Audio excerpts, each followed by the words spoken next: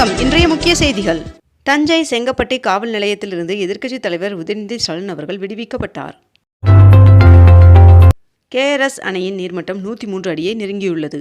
கேரள மாநிலத்தின் வயநாடு மற்றும் கர்நாடகாவின் குடகு மாவட்டங்களில் தொடர்ந்து பெய்து வரும் கனமழையால் அணைகளுக்கு நீர்வரத்து அதிகரித்துள்ளது.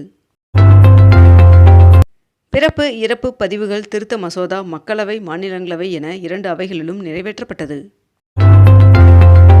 முதலமைச்சர் விஜய் அவர்கள் 112 கோடியில் முடிவுற்ற 4 திட்டங்களை திறந்து வைத்தும் 710 கோடி ரூபாயில் 4 புதிய திட்டங்களுக்கு அடிக்கல் நாட்டியும் தொடங்கி வைத்தார். கடந்த ஜூலை மாதத்தில் கார் விற்பனையில் மாருதி சுசுகி கம்பெனி முதலிடம் பிடித்துள்ளது. கர்நாடகாவில் TK சிவகுமார் அவர்களின் தலைமையிலான அரசின் 2ஆம் கட்ட அமைச்சரவை விரிவாக்கத்தில் 19 பேர் புதிய அமைச்சர்களாக பதவியேற்றுக் கொண்டனர். கடந்த 3 ஆண்டுகளில் தமிழகத்தில் தோல் அல்லாத காலணி உற்பத்தி நிறுவனங்கள் 16,000 கோடி ரூபாய் முதலீடு செய்துள்ளன என்று தகவல் வெளியாகியுள்ளது. தமிழகத்தில் உள்ள அரசு மற்றும் அரசு உதவி பெறும் கல்வியியல் கல்லூரிகளில் 2040 B.Ed இடங்களுக்கான ஆன்லைன் கலந்தாய்வு தொடங்கியது. ஒகேனக்கல் காவிரியில் நீர்வரத்து 16,000 கனஅடியாக அதிகரித்துள்ளதால் பரிசல் இயக்க தடை விதிக்கப்பட்டுள்ளது. கர்நாடகா அணையிலிருந்து திறக்கப்பட்ட காவிரி நீர் தமிழ்நாடு வந்தடைந்தது. கேரளாவில் தொடர்ந்து கனமழை அதிகரித்துள்ள நிலையில் 12 மாவட்டங்களுக்கு ஆரஞ்சு எச்சரிக்கை விடுக்கப்பட்டுள்ளது. 22 கேரட் ஆபண தங்கத்தின் விலை சவரனுக்கு 400 ரூபாய் விலை குறைந்து 1 சவரன் 1,05,600 ரூபாயாகவும் 1 கிராம் 13,200 ரூபாய்க்கும் விற்பனை செய்யப்பட்டு வருகிறது. இதனைத் தொடர்ந்து 1 கிராம் வெள்ளியின் விலை 235 ரூபாய்க்கு விற்பனை செய்யப்பட்டு வருகிறது. மேகதாது விவகாரம் தொடர்பாக உச்சநீதிமன்றத்தில் தமிழ்நாடு அரசு புதிய மனு ஒன்றை தாக்கல் செய்துள்ளது. கிளாஸ்கோவில் நடந்த 2026ஆம் ஆண்டிற்கான காமன்வெல்த் போட்டியில் 39 பதக்கங்கள் வென்ற வீரர்களுக்கு பிரதமர் நரேந்திர மோடி அவர்கள் பாராட்டு தெரிவித்துள்ளார். நாடு முழுவதும் சுமார் 3,96,000 போதைப்பொருள் வழக்குகள் நிலுவையில் உள்ளதால் அவற்றை விரைந்து விசாரிக்க சிறப்பு நீதிமன்றங்களை அமைக்குமாறு மாநிலங்களுக்கு ஒன்றிய உள்துறை அமைச்சகம் உத்தரவிட்டுள்ளது. திருச்சி ஸ்ரீரங்கம் வண்ணத்துப்பூச்சி பூங்காவில் ஜூலை மாதத்தில் 57 இனங்களை சேர்ந்த சுமார் 1,200 வண்ணத்துப்பூச்சிகள் பதிவாகியுள்ளன என்று தகவல் தெரிவிக்கப்பட்டுள்ளது. கடந்த 3 ஆண்டுகளாக செவ்வாயில் பறந்த நாசா ஹெலிகாப்டரின் பணி நிறைவு பெற்றது. தமிழகத்தில் பைக் டாக்சிகளுக்கு அனுமதி இல்லை என்றும் விதிகளை மீறி இயக்கப்பட்டால் அபராதம் விதிக்கப்படும் என்றும் தெரிவிக்கப்பட்டுள்ளது. இந்திய ஆண்கள் கிரிக்கெட் அணியின் புதிய ஃபீல்டிங் பயிற்சியாளராக சுபதீப் கோஷ் அவர்கள் நியமிக்கப்பட்டுள்ளார்.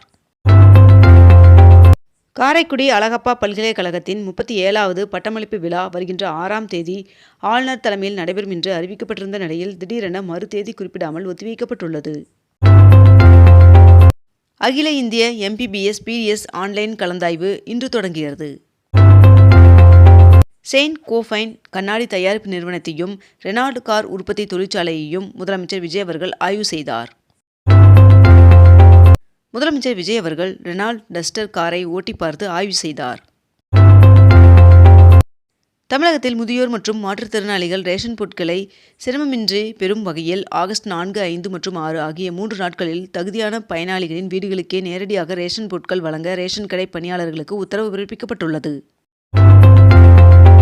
தமிழகத்தில் இன்று மேற்கு தொடர்ச்சி மலை மாவட்டங்கள், டெல்டா மாவட்டங்கள், திருவண்ணாமலை, விழுப்புரம், கடலூர், காஞ்சிபுரம், செங்கல்பட்டு, சென்னை மற்றும் மதுரை ஆகிய மாவட்டங்களில் ஒரு சில இடங்களில் மிதமான மழை பெய்ய வாய்ப்புள்ளதாக வானிலை மையம் தகவல் தெரிவித்துள்ளது. பீகார் மாநிலம் பங்கிப்பூர் தொகுதி இடைத்தேர்தலில் பிரசாந்த் கிஷோர் அவர்கள் வெற்றி பெற்றார். சென்னை எழும்பூர் ரயில் நிலையத்தில் மீண்டும் மறுசீரமைப்பு பணியின் காரணமாக ரயில் சேவைகள் மாற்றம் செய்யப்பட்டுள்ளதாக தெற்கு ரயில்வே அறிவித்துள்ளது. 12ஆம் வகுப்பு துணைத் தேர்வு விடைத்தாள் நகலை பெற ஆகஸ்ட் 4 மற்றும் 5 ஆகிய தேதிகளில் விண்ணப்பிக்கலாம் என்று தெரிவிக்கப்பட்டுள்ளது. திருப்பதி ஏழுமலையான் சுவாமி கோவிலில் கடந்த மாதத்தில் 140 கோடி ரூபாய் உண்டியல் காணிக்கை கிடைக்கப்பெற்றுள்ளதாக தகவல் வெளியாகியுள்ளது. முப்படைகளின் எதிர்கால போர்முறை பயிற்சியின் 4வது பதிப்பு டெல்லியில் உள்ள மனேஷா மையத்தில் இன்று தொடங்குகிறது. ஈரோடு கரூர் இடையே பணிகள் நடைபெற்று வருவதால் ஆகஸ்ட் மற்றும் செப்டம்பர் மாதங்களில் சில ரயில்களின் சேவைகள் மாற்றம் செய்யப்பட்டுள்ளதாக தெரிவிக்கப்பட்டுள்ளது. மாநில அரசிற்கு வழங்கும் மாதாந்திர நிதி பகிர்விற்கு 1,09,019 கோடி ரூபாய் நிதி விடுவிக்கப்பட்டுள்ளது. இதில் தமிழகத்திற்கு 4,466 கோடி ரூபாய் விடுவிக்கப்பட்டுள்ளது. திருவண்ணாமலையில் போக்குவரத்து நெரிசலை குறைக்க 623 கோடி ரூபாய் மதிப்பில் 22 கிலோமீட்டர் நீளத்திற்கு புறவழி சாலை அமைக்க மத்திய அரசு டெண்டர் வெளியிட்டுள்ளது. இளநிலை மருத்துவ படிப்பிற்கான கலந்தாய்வு தாமதமாவதால் பொறியியல் கல்லூரியில் இடங்களை பிடித்து மருத்துவ மாணவர்கள் காத்திருக்கும் புதிய சூழல் உருவாகியுள்ளது. ராக்கெட் மற்றும் செயற்கைக்கோள் ஏவுதல்கள் அதிகரித்து வருவதால் வாரத்திற்கு சராசரியாக 1 மெட்ரிக் டன் எடையுள்ள விண்வெளி குப்பைகள் பூமியில் விழுவதாக விஞ்ஞானிகள் மதிப்பிட்டுள்ளனர். அரசு அதிகாரிகளின் பதவி உயர்வுக்கு இனி முதலமைச்சரின் ஒப்புதல் கட்டாயம் என்று புதிய அரசாணை வெளியிடப்பட்டுள்ளது. திருப்பதி ஏழுமலையான் சுவாமி கோவிலில் தமிழக வேளாண் துறை அமைச்சர் வினோத் அவர்கள் தமிழக பட்ஜெட் நகலுடன் சுவாமி தரிசனம் செய்தார் என்று தகவல் வெளியாகியுள்ளது. பெங்களூரு சென்னை இடையிலான எக்ஸ்பிரஸ் வேயில் சுங்க கட்டணம் அதிரடியாக உயர்த்தப்பட்டுள்ளது. சென்னை போரூர் வடபழனி இடையிலான மெட்ரோ சேவையை விரைந்து தொடங்க பொதுமக்கள் கோரிக்கை விடுத்துள்ளனர். ஆடிப்பெருக்கு விழாவை முன்னிட்டு தமிழகத்தில் பூக்கள் பழங்களின் விலை உயர்ந்துள்ளது. சிவகங்கை அருகே 16ஆம் நூற்றாண்டு வானாதிராயர் கல்வெட்டு கண்டுபிடிக்கப்பட்டுள்ளது. விழுப்புரத்தில் 100க்கும் மேற்பட்ட நாட்டு நெல் ரகங்களுடன் விதை திருவிழா நடைபெற்றது. நீட் தேர்விற்கு எதிராக போராடிய மாணவர்கள் மீதான வழக்குகளை தமிழக அரசு ரத்து செய்தது. சிங்கப்பெண் சிறப்பு படை சார்பில் 7 நாட்களில் 378 புகார் மீது நடவடிக்கை எடுக்கப்பட்டுள்ளதாக தகவல் வெளியாகியுள்ளது. கிளாஸ்கோ காமன்வெல்த் விளையாட்டுப் போட்டியில் ஆடவர் ஈட்டி எறிதல் பிரிவில் இந்திய வீரர் நீரஜ் சோப்ரா அவர்கள் வெள்ளி வென்றார். கேரளாவில் தொடர்ந்து பெய்து வரும் கனமழையின் காரணமாக சபரிமலைக்கு வர திட்டமிட்டுள்ள ஐயப்ப சுவாமி பக்தர்கள் தங்களது பயணத்தை மறுபரிசீலனை செய்யுமாறு தேவசம் போர்டு கேட்டுக்கொண்டுள்ளது.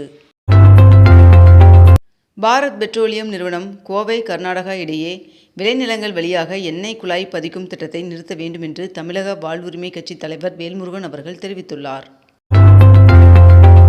ஆந்திராவின் விஜயநகரம் மாவட்டத்தில் 5000 கோடி ரூபாய் செலவில் கட்டப்பட்ட போகாபுரம் சர்வதேச விமான நிலையத்தை பிரதமர் நரேந்திர மோடி அவர்கள் திறந்து வைத்தார். தமிழக நீர்வளத்துறை செயலாளர் திடீர் மாற்றம் செய்யப்பட்டுள்ளார். புதிய செயலாளராக பிரசாந்த் எம் வடநரை அவர்கள் நியமனம் செய்யப்பட்டுள்ளார். தமிழகத்தில் தென்மேற்கு பருவமழை இயல்பை விட இதுவரை 18% குறைவாக பெய்ததாக வானிலை ஆய்வு மையம் தகவல் தெரிவித்துள்ளது. இத்துடன் இன்றைய தலைப்புச் செய்திகள் நிறைவடைந்தன.